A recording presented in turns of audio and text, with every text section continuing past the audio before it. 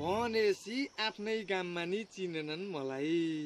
यो सिन त तपाईँले पक्कै पनि सम्झिनुहुन्छ होला र केही कुरा याद पनि आयो होला। यदि तपाईँ नेपाली सिनेमाको फ्यान हुनुहुन्छ र क्यारेक्टर बेस्ड फिल्मको पर्खाइमा हुनुहुन्छ भने पक्कै पनि तपाईँले अहिले यो सिनले नस्टाल्जिक फिल गराइरह होला। आज सिनेमा नेपालको यो एपिसोडमा हामी यही र यस्तै सिनमा अब्बल कुशल अभिनेता र लेखक खगेन्द्र लामिछाने मन परेको फुल सुके पनि रसिलो। आज हामी उहाँको जीवनको एक पात्र खोलेर उहाँको जीवनबाट एउटा सुन्दर पाठ सिक्ने प्रयास गर्छौँ। कहानी एकदम नै इन्ट्रेस्टिङ हुनेवाला छ, त्यसैले आउनुहोस् समाउ चापी अनि खोलौ सङ्घर्षका तालाहरू। पश्चिम नेपाल सिङ्जाको पुतली बजार भन्ने ठाउँमा खगेन्द्रको जन्म हुन्छ।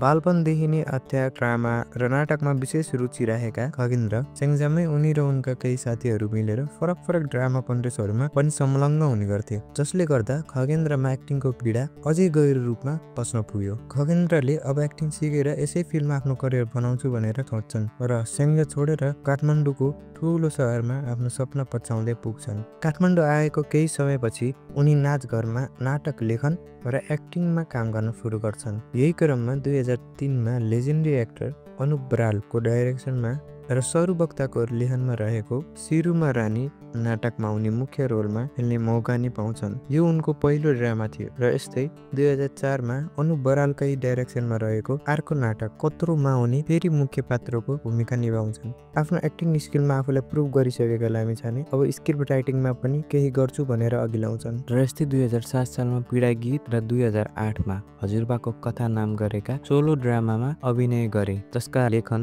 निर्देशन र पर्फर्म गर्ने उनी आफै नै थिए। किन शर्म माने छौ मलाई? मेरालाई पर्दैन, मेरालाई दुःख गर्न पर्दैन।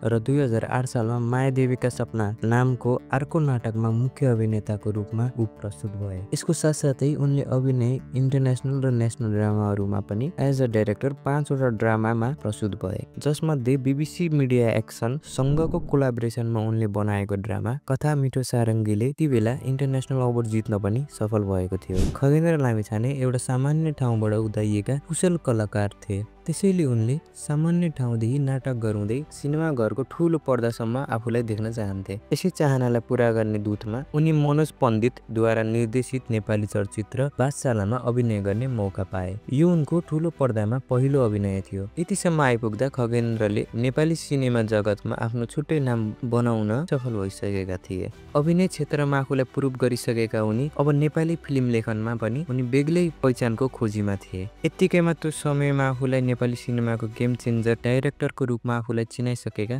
डाइरेक्टर निश्चल बस्नेतसँग भेट हुन्छ र डाइरेक्टर निश्चल बस्नेतको डाइरेक्सन र खगेन्द्र लामिछानेको फिल्म लेखनबाट एउटा फिल्म बन्छ, जुन थियो टुलुकजन भर्सेस टुल्के। टलकजन सिंह ठकुरी नाम सम्झेस। तपाईले यो भिडियोमा सुरुमा देख्नु भएको क्लिप त्यही फिल्मको एउटा सिन हो। फिल्म लन्च भइसकेपछि फिल्म मेकिङ वाइज र बिजनेस वाइज दुवैतिर सफल हुन्छ। दर्शकहरूले यो फिल्म धेरै नै प्रोत्साहन गर्नुहुन्छ। यो फिल्म पछि खगेन्द्रको लेखनमा रहेको र निर्देशक दिपेन्द्र के खनालको डाइरेक्सनमा रहेको अर्को एउटा फिल्म सुपरहिट हुन पुग्छ, जसको नाम थियो पशुपति प्रसाद। मैले हाम्रो ऋण तिर्दै छु, स्वर्गको ढोका फुट्न तयार भएर।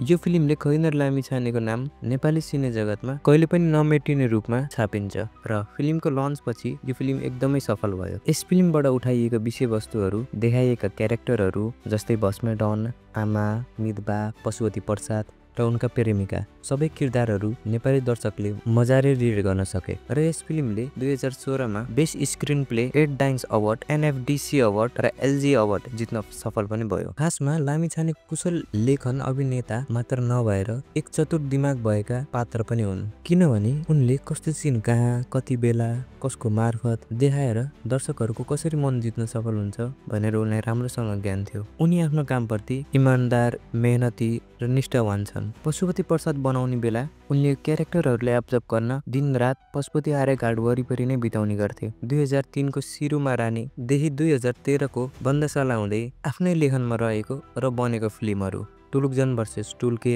अनि पशुपति प्रसाद हुँदै धनपति, दिमाग खराब अनि भस्मे डन खैनर लामिछानेले एउटा विशाल यात्रा पार गरे, जहाँ उनी कुनै मोडमा एकदम सफल भयो भने कुनै मोडमा गाडीको धक्का पनि खानु पर्यो। तर समग्रमा भन्नुपर्दा उनले नेपाली सिनेमालाई दर्जनभन्दा बढी राम्रो सिनेमा दिएको छन्। तर उनको नेचर नै यस्तै हो या उनको भाग्य। उनी कहिले पनि अरू एक्टरहरू जस्तो लाइमलाइटमा पर्न सकेका पनि छैनन्। उनी अन्डररेटेड एक्टर, राइटर र डाइरेक्टरको रूपमा आफ्नो काम निरन्तर गरिरहेका छन्। अहिले उनी 2K आर्ट्स नेपालसँग एज अ चेयरपर्सनको रूपमा काम गरिरहेको छन्। हजुरलाई खगेन्द्रको कुन चाहिँ फिल्म मनपर्छ त कमेन्टमा भनिदिनु होला। र आजको लागि यति नै। यो हाम्रो पहिलो भिडियो भएकोले हजुरलाई कस्तो लाग्छ त कमेन्टमा भनिदिनु होला। र हाम्रो च्यानलसँग जोडिन तल दिएको सब्स्क्राइब बटनलाई क्लिक गर्नुहोस् र हामीसँग जोडिनुहोस्। र अरू केही नेपाली सिनेमाको बारेमा चाहनुहुन्छ भने कमेन्टमा भनिदिनु होला। र म फेरि यस्तै नै एउटा भिडियो लिएर आउनेवाला छु। यहाँसम्म हेरिदिनु भएको हुनाले धेरै धेरै धन्यवाद।